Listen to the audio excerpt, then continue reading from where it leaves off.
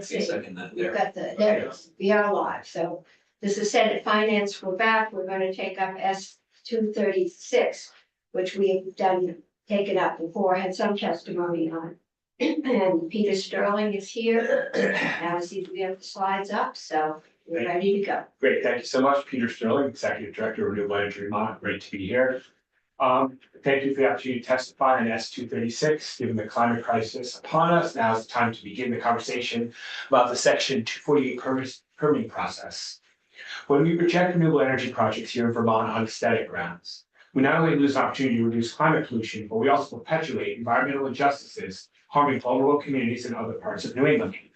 As you can see from this slide, there are 81, if you look at the slide on the right, there are 81 baseload natural gas plants. That's a 60-acre, 300 megawatt plant in Dayville, Connecticut. For those of you familiar with Montpelier, that slide in the lower right, 60 acres goes from the State House over to the library, down to the Shaws here in Montpelier, back up to National Life.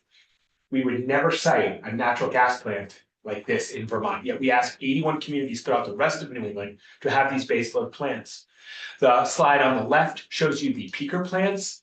Those are the plants that come on when there's an emergency need for power, like during a cold snap or a heat wave. And we have 5 oil peaker plants, each run less than 9 hours a year. So again, we are essentially relying on other communities to provide not only our baseload fossil fuel power, but our emergency fossil fuel power.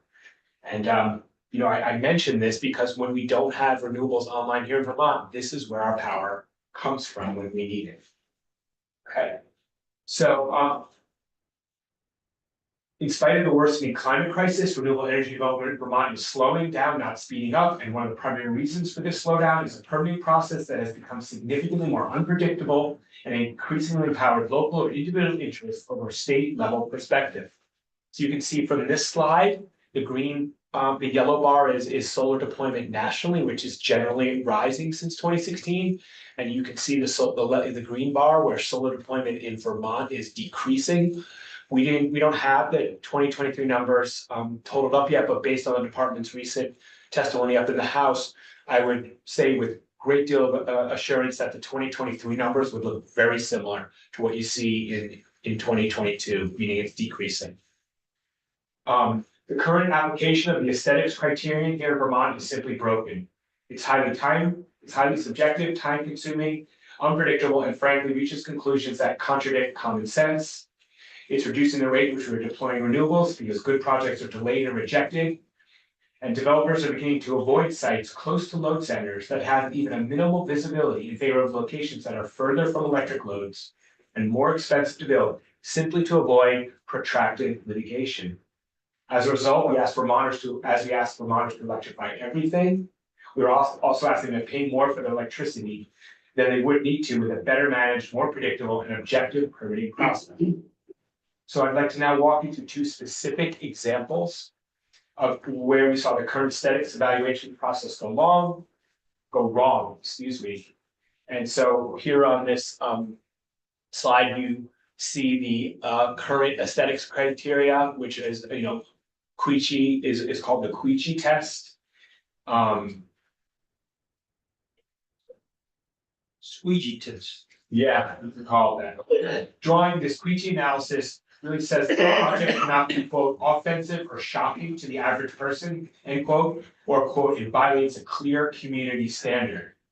While this language clearly allows for projects to be invisible to the public and would seek to set a high bar, broadly offensive or shocking for disqualification on aesthetic grounds, in practice, the aesthetic objections are used to delay or deny projects for sites that are well suited for renewables. No. Okay, so the first example I would like to walk you through is a project in 2020 in Manchester, New Hampshire. A Vermont company, MHG Solar, submitted an application for a CPG for a solar project that would power about 100 homes. This project was supported by the Manchester Select Board, the Manchester Planning Commission, and the Bennington County Regional Commission, which had designated this site as a preferred site for solar. It was an 80-acre parcel of mixed-use development within a quarter mile of a manufacturing warehouse facility, a self-storage facility. The site is visible to passing vehicle traffic for 26 seconds and approximately 10 residences and businesses. I think this is the site that was used by somebody that opposes this. Yeah. And that's, So we're going Yeah, to hear yeah. two different sides of this same Yeah. story. That's right. And, I'm happy to stand by everything I said. So as we've seen in these images, the mitigation plan on the right, I think is highly effective at reducing the visibility of the project, while leaving the views of Mount Equinox undisrupted or despite the developer's work with the town on the mitigation plan, 3 public commenters objected to the project on aesthetic grounds. And remember, this site is visible to 10 residences, and if you're driving past it for 26 seconds. This prompted the department to retain an outside expert, Department of Public Service, to retain an outside expert to perform an independent analysis of the aesthetic impacts of the project. The department's final report supported the methodology and conclusion of the aesthetics report filed with the CPG and concluded that the project met the requirements of the Queechy test and did not violate aesthetic standards. This took almost a year to complete. Despite the concurring analysis of the 2 independent experts, the PUC ultimately rejected the project on aesthetic grounds based on, again, 3 public comments and the personal judgment of the PUC officer. The PUC hearing officer noted that, quote, the proposed vegetative screening would not reach a mature height for several years and would also not fully screen the project for part of the year because it's deciduous planting. So the PUC's assertion that any level of project visibility is offensive and shocking to the average person really does contradict what I think most people would say is fair, meaning we have, DPS poll that was done earlier this year, found almost 85% of Vermonters support solar, and yet this project was rejected in a mixed-use area because of partial visibility of solar array. How high would the solar panels be above the vegetation? Once they grew in. Well, the top one. Picture I thought was. The top one is initial, and then the bottom one is after it grew in for a couple of years. So how high are the solar panel? It's hard to tell if that's 6 feet high or 5 feet high. Over the bottom one. The bottom. This is Jonathan Downs, the deputy director of REV, who's done the research on this project for me. I'm happy to follow the specific number. The typical mounting height might be about 8 feet tall. About 8 feet, okay. And those are cedar bushes, which definitely get more than 8 feet tall. I mean, they're arbor. Okay, so those are cedars and they're gonna grow and expand Yeah. and will be higher than Yes. the solar. And the PUC officer acknowledged that. He was saying for the first couple of years of the plantings, they will be visible. I mean, as you know, you can't really buying a 14-foot cedar is like not an easy thing to do. So the next project was in Bradford in 2019.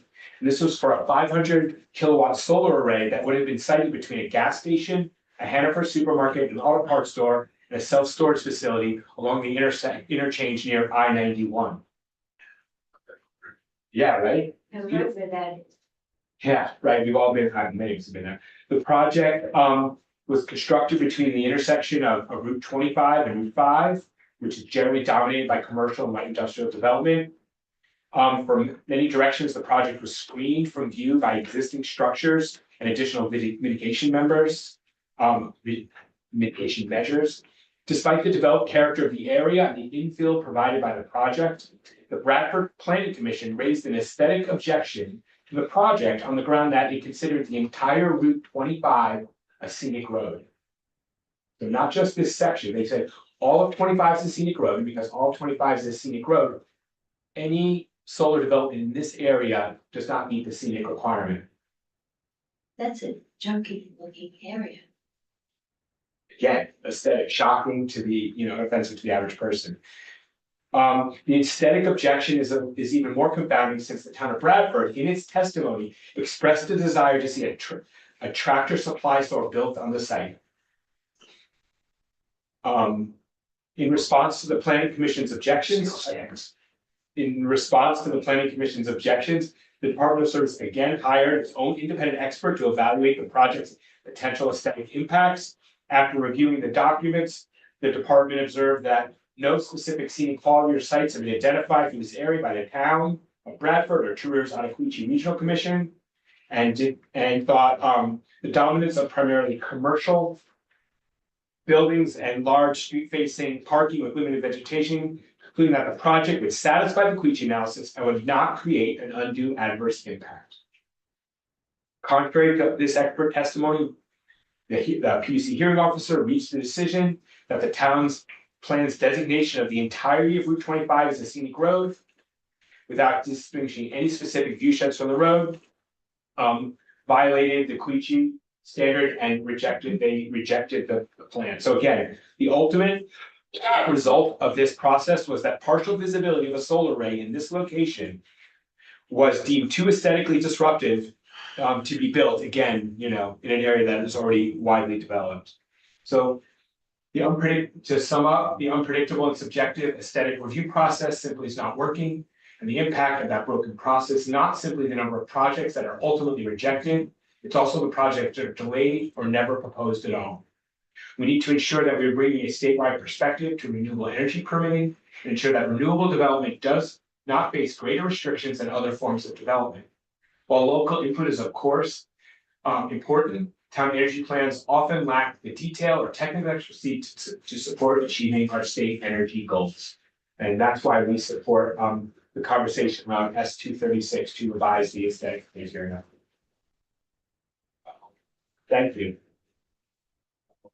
Wait, go back. What are you looking at, Sandra? I think we have a. Can we put this back up? Going back up.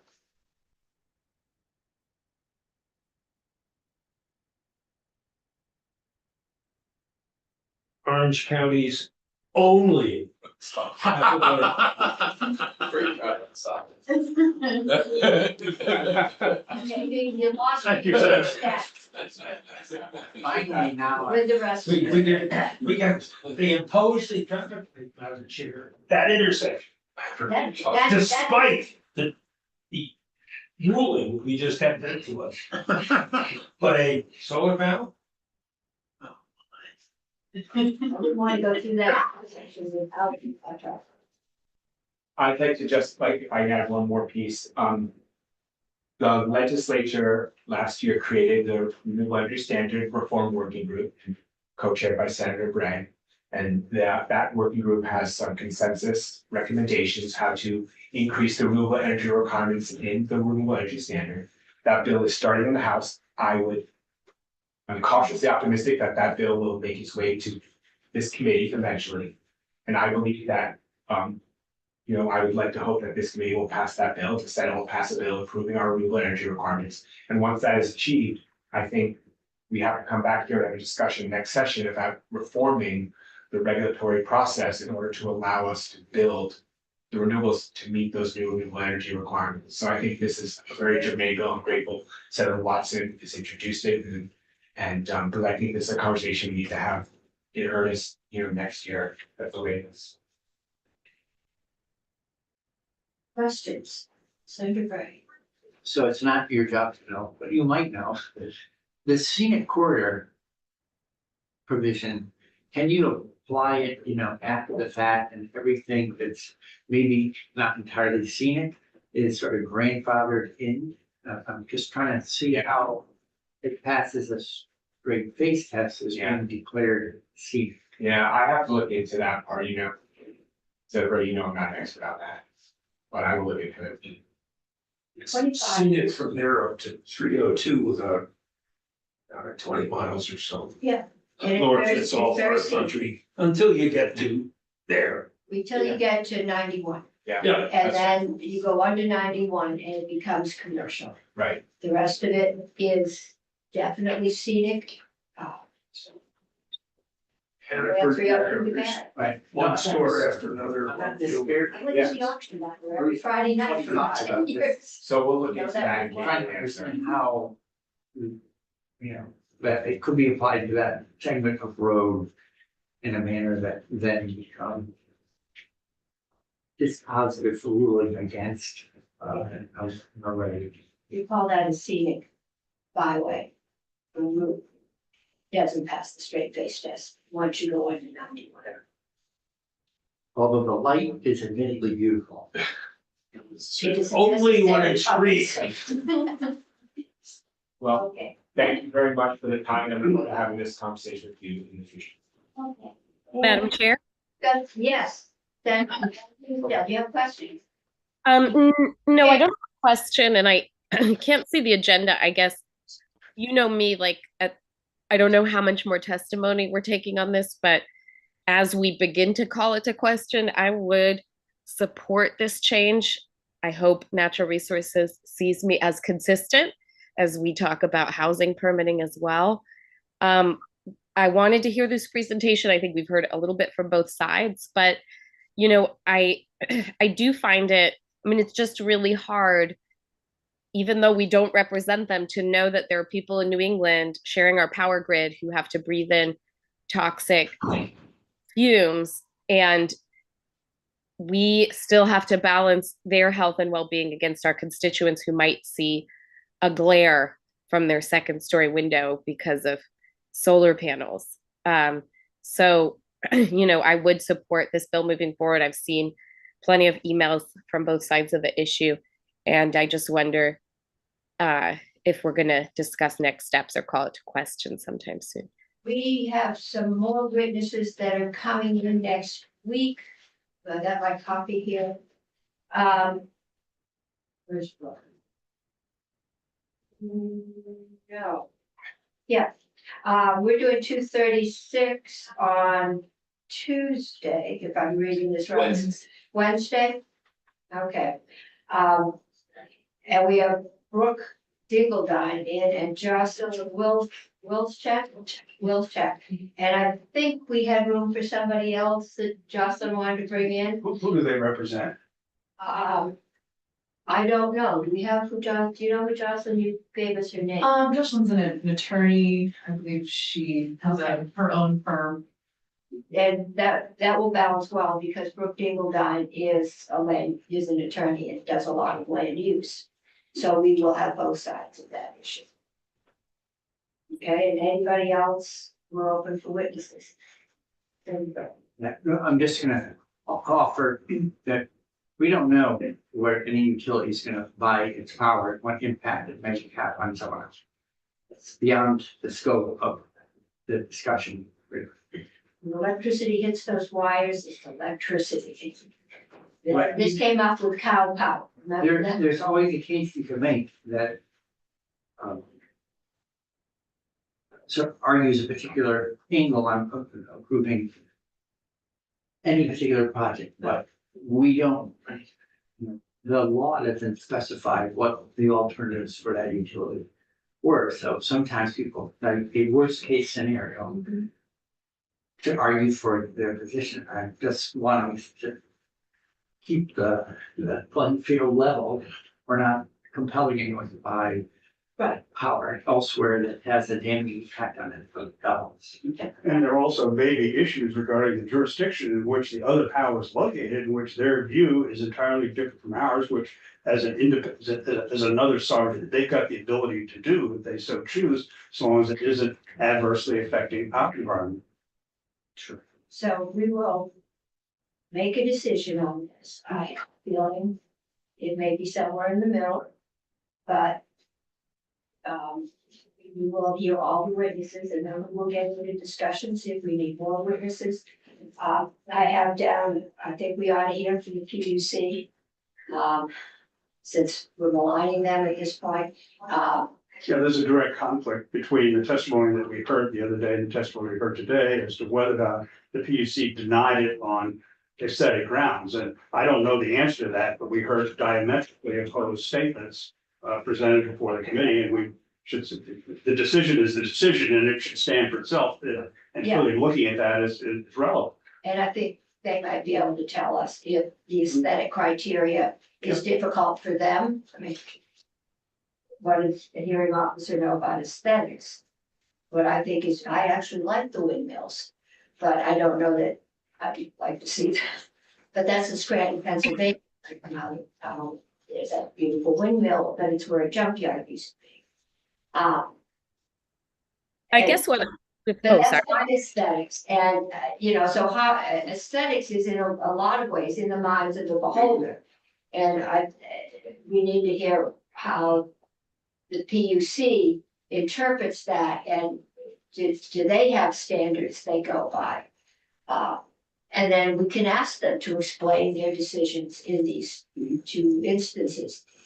And see what they think. Okay, I've got Keisha and Randy, did you have? Okay. Keisha, I suppose it could be taken care of in the further testimony, but I've known Annette a long time. She just emailed me. It occurs to me that some of what she raised sounded like it could be debated on public safety grounds or sort of other types of well-being, and didn't need to rely on aesthetics for its argument. So I know we'll be talking more about it next week. It just feels like anything she raised that felt compelling in nature and not subjective was more of a hazard or risk if there was blinding light or something like that, and not or flooding because of the solar panels, which I didn't quite understand. it was flooding, yes, she brought that up. Okay, Different. we will ask the PUC about their thoughts, and we might have to take a field trip at some point. I think we just saw an example of the aesthetics criterion apparently being used badly. Of course, I haven't heard the other side of the story, but what, as presented to us, that's hard for me to defend. And because these aesthetic judgments call for a subjective response, it's tempting to think of them as arbitrary and capricious. But I don't think so. Subjective puts you in danger of arbitrary and capricious.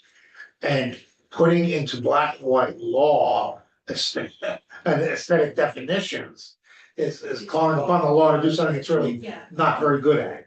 But having said that, I remember one time referring to a project as ugly. And the developer looked at me and said, well, that's kind of subjective, isn't it? And I said, yes, it is subjective. Look me in the eye and tell me I'm wrong. I've admitted that I'm subjective. Look me in the eye and tell me it's not ugly. And he couldn't do that because it was. And he knew it as well as I did. So let us have some, as we go forward with this, have some respect for the importance that beauty is important. And I don't think too many of us would be living in Vermont if we didn't agree. Right, I think we will all agree beauty is important. I think we will all agree that having renewable energy is important. And when those two clash, I mean, if we don't give up some, I mean, I do have a problem with that Route 5. Because that's not beautiful at that point. But I think the question is, how do you find that balance between giving up somebody's favorite field? Because you can't put solar in the shadow of a mountain. And how do you protect the beauty? And it's a trade-off. And, we've just been discussing in the Economic Development Committee, as you know, Madam Chair, that the same issue of just from the standpoint of projects being denied construction because of or appealed because of aesthetic considerations is one of the things that's slowing the ability to develop housing in Vermont. So I think we certainly understand the dangers of that if that's the sole reason. But what I'm seeing and why I want to see what the PUC actually said is I hear direct conflict between two pieces of testimony that we received in the past week On the same project. on the same subject. So, That one we may have to take a little field trip to. or at least read the report. Yeah, but I mean, it's without, we're seeing pictures, essentially the same pictures, but without actually being there. It's because I'm not seeing it from the neighbor's bedroom window, it's hard to do that looking at a picture. I had a house and it was right down here in Route 12, and I couldn't figure out why that house wasn't selling. It was so well priced and it looked good. And then I drove by and looked at it. Well, realtors don't show their houses in bad conditions. The railroad track went through the end of the driveway. And so it, you know, it's, a picture is very limited, and without seeing it in context, you don't, it's hard to judge what the aesthetic value is. And I'm wondering if that is difficult for the PUC, if we ask them to do something that is difficult. I think it's also, when we talk about like solar collectors versus aesthetic considerations. I think it's not so much of this versus that, but where if something doesn't belong in a particular place, you can have a good thing that maybe doesn't belong where someone's proposing. I helped constituents stop a solar array in Woodstock. It was a beautiful little Tassville. It's a village, a hamlet in the town of Woodstock, and it's not, and the solar facility did not belong there. But what I challenged these people, and I said, if you're saying it doesn't belong here, it puts upon you the responsibility of answering the question, where does it belong? And there are places in Vermont, beautiful Vermont, has plenty of ugly places. Look at market lots. We've got derelict industrial areas. We got gravel pits. There's lots of places we can put solar. Okay, I think one of the things I need, especially if we're upping the renewable energy standards, is if we go all solar, you know, or all renewable, and I think it's, at this point in technology, it's solar. How many panels is that gonna take to supply? And so then we know how many acres are we talking about? And then you can talk about where is the best, have we got enough ugly places to site them, and can you get them to the transmission line? We've got issues with that too. Peter, Hi, Peter Sterling, with Energy Vermont. We actually have that number. Well, we estimated it. So if we were to double our tier 2 requirement, currently it's 10% in state renewables to get to 20%. And again, assuming, like you said, the technology right now, it's gonna be all solar, we're not gonna use wind. By the way, one big wind turbine, like in Lowell or Georgia, that equals the power from 30,000 solar panels. So 30,000 solar panels in one big 3 megawatt wind turbine. So yeah, way to do the trick. Anyway, we need about 900 acres now of land throughout the state of Vermont to get to our 10% tier 2. We'd be pushing another about 1,600 acres, 1,700 acres throughout the state and of that's to Vermont. get to 20% renewable In state. in state. No, we can get to, we can buy, there's tons of renewables out of state, but if just we were gonna double the in-state requirement. Okay, because I always thought the goal was to get to 100%. Well, there's offshore wind, there's Hydro-Quebec. Oh, but I always thought we wanted to do it in state. No, Not it. No, Okay. even Rev, no, there's no way. Okay.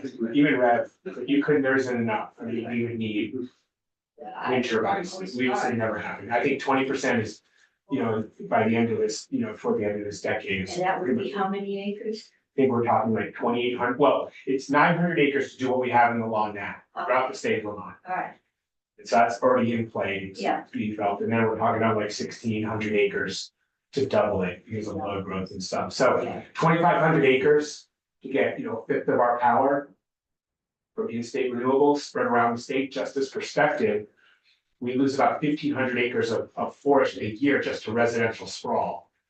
So 2,600 acres by 2032. I mean, I'm not saying it's nothing, I'm just saying it's not, to me, a hair on fire number. no, but that's what we say, but when you go to cite it, we know we've got a lot of solar up in the kingdom and we can't get it out. We've got that little dog leg that, That will testify, if you brought them in, they've been saying publicly, they think that issue with the Shihi connection yeah, will be resolved within the next 5 years. okay. So we will be able to deploy more renewables in that section of the state within, 5 years. Waiting for Senator Ron Hinsdale to talk about environmental justice. Because the people in the kingdom are a little annoyed at having the windmills in their backyard and the solar panels to supply Chittenden County. And that came out loud and strong when the debate was going on over the windmills. So we've got to find places, you know, we all need to be impacted by a public good. We can't put it on all on the less powerful. We have a map of where solar is by county, and there's no county in the Northeast Kingdom that has disproportionately more solar than any other county. Okay, that So we that can would just be give- helpful. If you have that map, that would be really Yep, helpful. as a matter of fact, they should, have it right here. And Jeff, maybe throw that up on the screen, if you was like really slick. Let's do that. You would make, oh, okay, you already are. Yeah, I'm back on the screen here. All right. There, Yes. for Gale, because it's a little hard to me, if it's like, what's 2,500 acres? That's a lot of Like, actually spread over the whole state, so. Yeah. It's gonna go up on the screen, I thought. 1% of Vermont, 60,000 acres, so Okay. one 15th or 1/15 of 1%. Except a great deal of Vermont is mountains. Yeah. And floodplains. So, Madam So- Chair, You're looking, Caledonia County currently has 120 acres of land devoted to solar. Essex County has 5 acres of land devoted to solar. And Orleans County has 47 acres of land devoted to solar. So, yes, the Northeast Kingdom has land resources, I'm not arguing, but they are not in any way disproportionately affected. Chittenden County has 312 acres of land devoted to solar. I can leave you with this, to me, Jonathan, can you go around here? Oh, watch. So, you know. 157. okay. That is always good, Oh, look, there it is. okay. And you can, so what we have in this chart is the amount of solar per county on the first column there. Then the number of acres devoted to solar, the number of acres in that county. Oh, okay, echo back there. We'll all be quiet. just a little.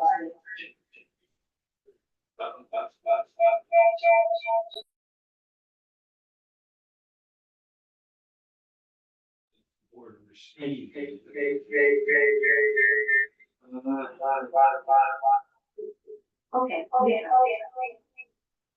I think we should take it down. We'll take your word for it. Well, we've got some paper copies. But you can see that that number in the lower right corner, even the home as a percentage of the state, you can see this minuscule number of acres devoted to solar. Right. And so happy to come back and talk about this. Oh, So, you know, it's interesting to see Addison and, very small, 4/100 of then the thing is though, was when the solars went in, started to go in gangbusters and Addison County, three-phase powers went right down to 7. So many projects got built right to 7 to be close to three-phase power. From an engineering standpoint, great idea.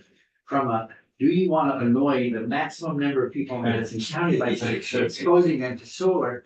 Also a great strategy. Yes, So it looked like we're being overrun, but it was really just that every project landed on 7 for a period of like because you've got to have 3 5 phase. years. And we did 174 and things. Well, I don't know if it's causal. Anyway, it quieted down, things moved to other places. I think that's good. Yes. well, thank you for letting me Thank share you. that information, appreciate it. And you dare come up and Sure, of course. tell us why you did this thing. to work. Oh, goodness. Well, hello, everybody. Senator Ann Watson from the Washington District. So I don't have necessarily a whole lot to add, mostly because I feel like you've heard a lot of testimony on this already. But I do want to tell you at least the story of how I came to introducing this bill. So, and then I also want to give you some statistics at the end, acknowledging that this is my committee. This past summer, I was a part of the Renewable Energy Standard Working Group together with Senator Gray. And dove pretty deeply into that topic in about how Vermont is contracting for its electricity and how much of that needs to be coming from renewable energy sources. So that's a piece of legislation that has been, I think, ripe for some renewal or updating. And so, as you heard, we hope that makes it through the process. And one of the reasons I have a lot of hope for that is because of this consensus that was reached across multiple utilities of various sizes, as well as environmental groups. So it really did bring together a variety of perspectives and stakeholders to reach an agreement. And one of the things that I think is going to come out of that is this increased requirement of more local renewables. So we're going to be asking for, or more highly valuing these local renewables. And so as a part of that process, there was a local attorney, Jocelyn Wolchak, who submitted written comments that caught my attention. And it was about, if we're going to be asking more of utilities to have more local renewables, then perhaps we ought to be looking at the pathway to building those renewables and how hard is it to do that. Now Jocelyn, I'll let her, speak for herself. She will be here on Wednesday. But basically the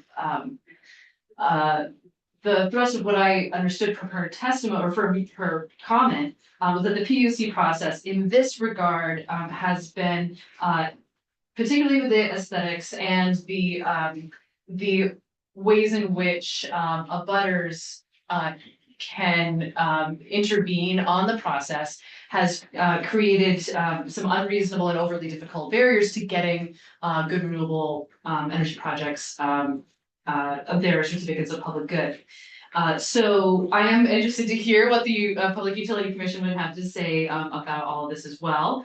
But I do see S236 as complementary to potential res reform that is hopefully coming. And one of the things that I think is worth mentioning is that the PUC process, we could say that, it's already been raised, right? Like that there's an analogy to be made with the permitting process with Act 250 for housing. And I'm gonna let Jocelyn get into the details, but from what I understand, the PUC process is actually more restrictive in certain ways than the way Act 250 is written now. And so shifting from the story, so that's how we landed here, to just a little bit of data. We know that we need to be accelerating our adoption of renewable energy. We need to be electrifying sectors like transportation and thermal. And some of the benefits of that are that if we are heating with oil, 75% of every dollar that we heat with oil leaves the state. And the reverse is true with electricity. 75% of every dollar spent on electricity stays in the state. So the more we can be transitioning to electric sources, and that I would say building more renewable energy encourages people to actually make these transitions, like from heat pumps or electric vehicles. These things are complementary. So the more we can be building electricity locally, the more we are going to be ultimately keeping money in the state. And the other thing that is worth noting is, that is perhaps obvious, is that the more we can be building solar in Vermont, we're reducing greenhouse gas emissions, as Peter alluded to. And this is really important. We heard Natural Resources that both the administration as well as environmental advocates agree that we are not on track to meet our Global Warming Solutions Act requirements for both 2030 and 2050. And so I'm gonna just end with a couple of quotes from the March 2023 IPCC report, that we have a rapidly closing window of opportunity to secure a livable and sustainable future for all.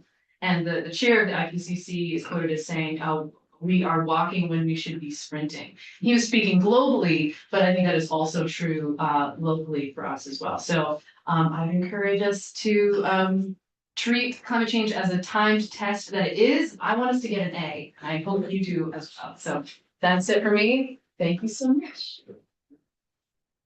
Okay, committee, that is the end of our testimony today. I have down on this issue for next week. I had Bradford down, but I don't think I'll get into it. The PUC, and ask them about how their feelings and how they go about that.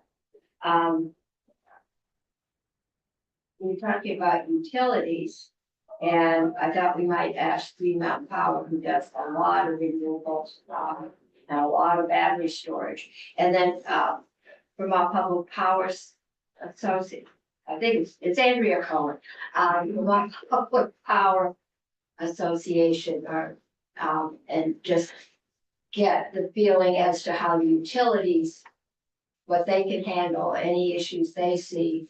I know that getting that little dog leg to get the renewable power out, it's expensive, and because it doesn't impact the New England grid, it's all on our ratepayers to fix it. So when we're looking at this, we also need, there's a reason it was all along Route 7. We need to look at the cost of getting the three-phase power out to where we wanna put these things. And, you know, get the best plan put together we can. So we will do that. Anything else? We're working through these. Next week, we are going to be doing 181 again. I'm gonna try and get these out of here, 236. On Thursday, we are going to have a joint hearing with Senate Ed and House Ways and Means and Education. We sent out Representative Kornheiser and I sent out a letter today. Which I characterize as the first shot across the bow to let superintendents know that we think there's some confusion in how everybody's interpreting that 5% cap and what that might be doing to the tax rates. And we're still trying to figure out the witness list there. I've asked Senator, who was the main architect on this side of the bill. My recollection was that it was the weighting changes could only impact, you're going up or going down, could only impact your budget 5%. As it got to the House, it became a 5% cap, but it's not clear on what, so. Because nobody's budgets are going up just 5%. And there have been some rather blatant statements that this is free money and we're just gonna spend it, we're capped at 5%. So we will be doing that. If we have any witnesses, we're trying to figure out exactly what is, it's not all, we hired people with ESSER money, that's part of it. But other things, including the CLA and it's driving that tax rate.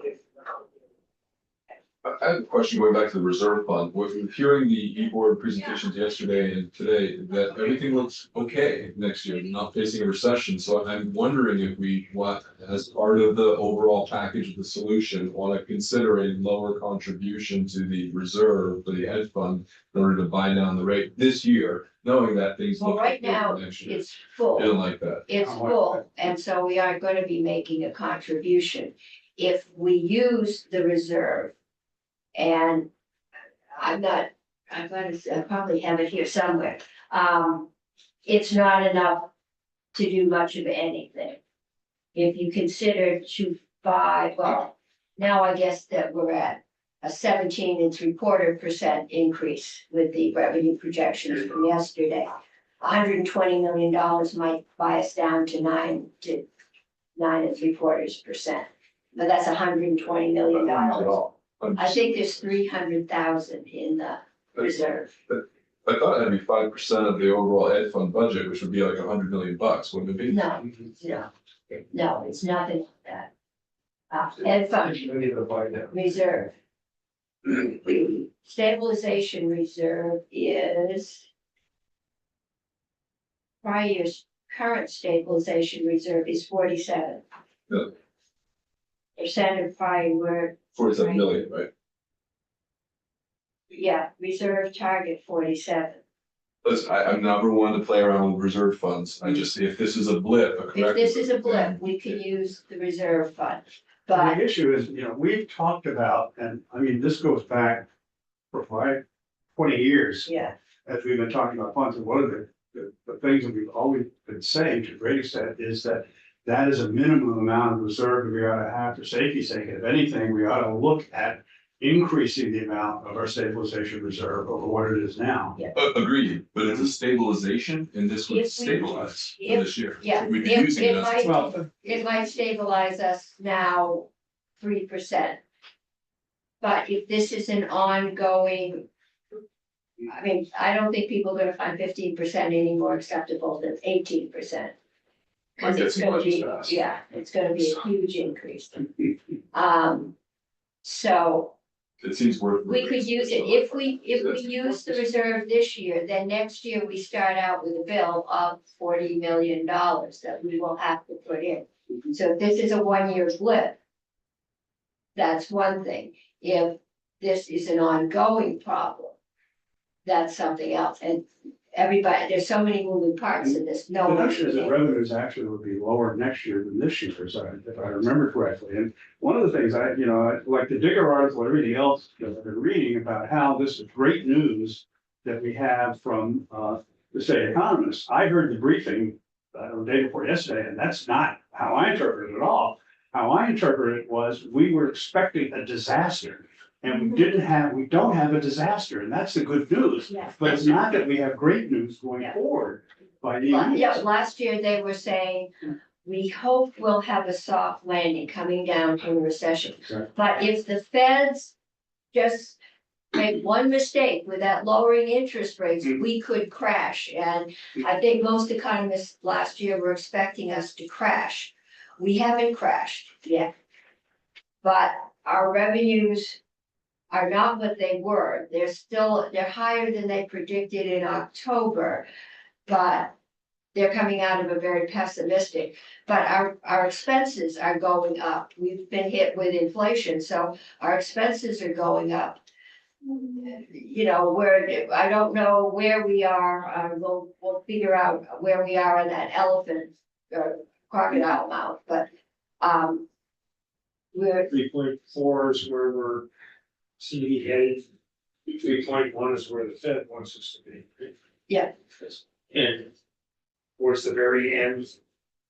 The notion that we were getting back to the rich getting richer, what they were, well. which has been the last 40 years. Well, the federal money has gone away. The federal money, well, lowered the number of children in poverty, the child tax payments that you got. It helped people pay their phone bills, it helped them pay off debt. But that federal low income, thing is gone. So yes, we're back. We're not cushioning out the income gap. But I also heard yesterday that we're not expecting a market constriction. We're not looking at a recession. We're not looking at worse times where that's in a way telling me that. They're more optimistic now than they were a year ago, but they're still not ruling out. As they said to us, Ukraine, he was talking about margarine. Any war, we're dropping bombs in the Middle East on any kind of war action.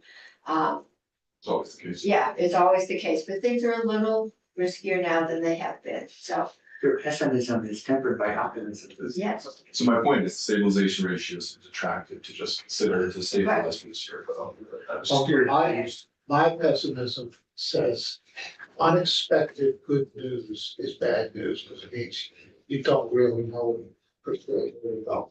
But if he had said that if things are looking horrible for next year, or things are on the downward slide, you're gonna be very cautious, watch your pennies, then I would say, let's not touch the stabilization. Right. But since that wasn't what was said, I wonder if that's. It's a something, way to cushion this. but we're gonna have to get the costs down. It affects our. Okay, I think municipal- we're about done. We Okay. have, Asia has a friend Agree with it. visiting us. Yes, my dog is giving me Just the the nose nose is here. coming in. So we will go off for today. We're gonna start next week. We're gonna try to get these bills out of here. Because by the second half of this biennium, we're gonna be really having to make some hard decisions, I think.